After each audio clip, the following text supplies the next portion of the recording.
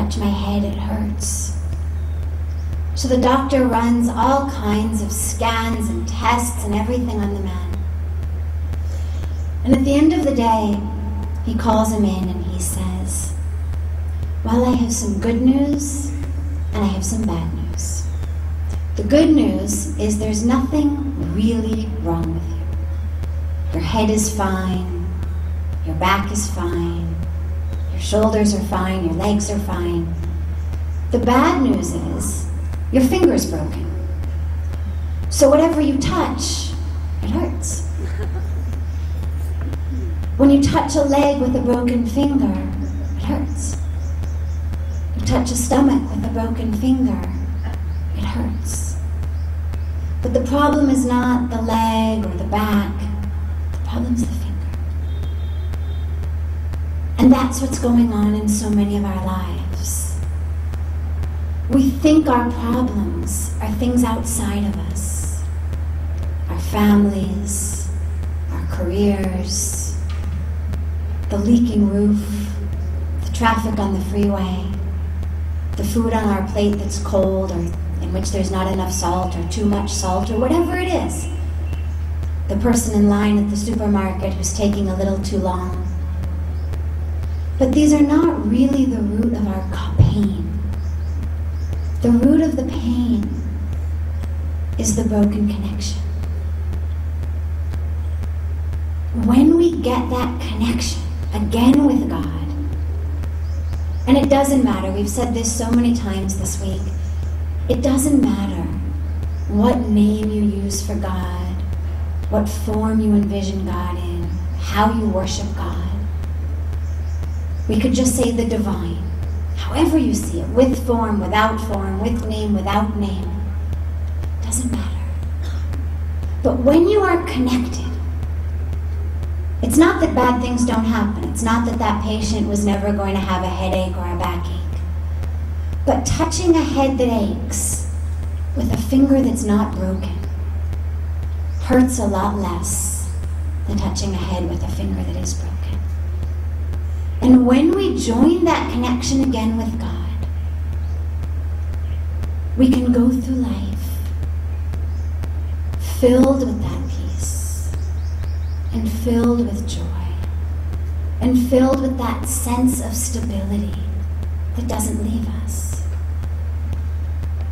But unfortunately, we're looking in a shopping center, or in a weight loss center, or in a bank account, or in a self-help book, or in a particular holiday.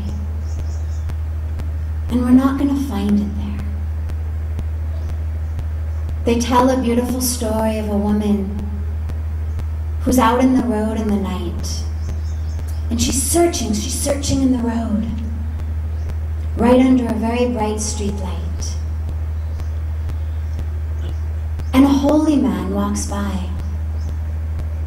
And he says, "Mother, can I help you? What are you looking for?" She says, "I've lost my key." "Oh," he says. He gets down and he helps her searching on the road.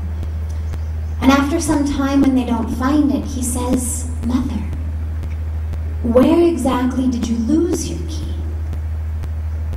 She says, "Inside the house."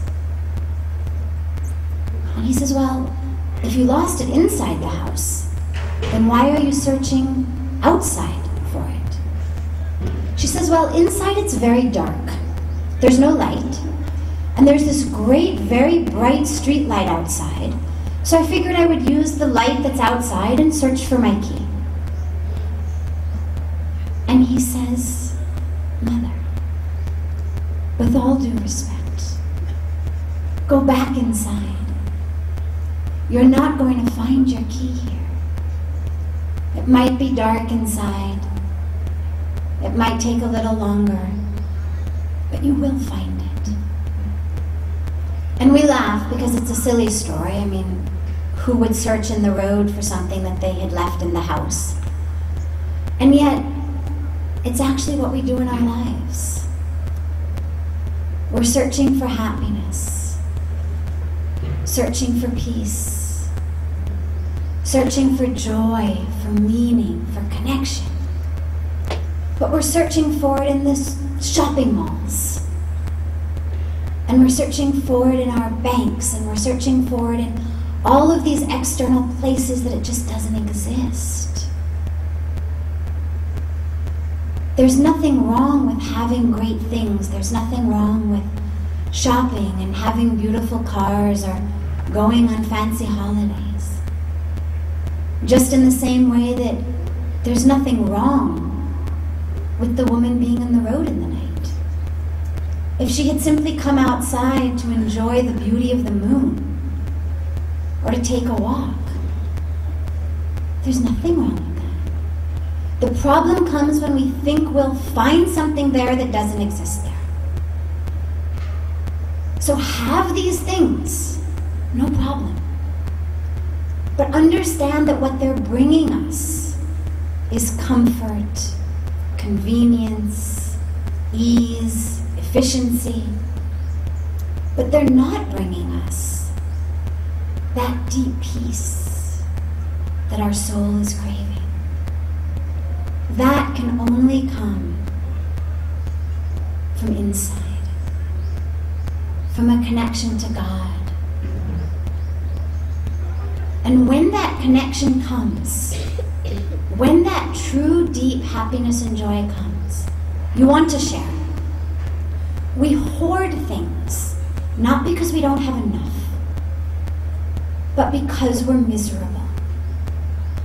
Misery hoards, joy shares. No matter how much we have, if we're miserable, we will hoard. And no matter how little we have, if we're joyful, we will share. I can't tell you how many people in this country, people who barely have enough to put food on the plates of their families, have said to me, please come home for a meal. They don't have enough to feed their kids or to feed themselves, but all they want to do is keep feeding, keep giving. And when you refuse and you say no thank you, they'll say, well, at least come for a cold drink or for a cup of tea. Now, I don't drink Coke, but people in this country can't possibly imagine that there's a foreigner who doesn't like Coke. And a bottle of Coke costs 10, 12 rupees at least. It's as much as a mother is going to spend on the vegetables that she's going to feed her family. But if you do go there, no matter how much you say, no, please, I don't drink Coke. To watch more, log on to www.erosentertainment.com.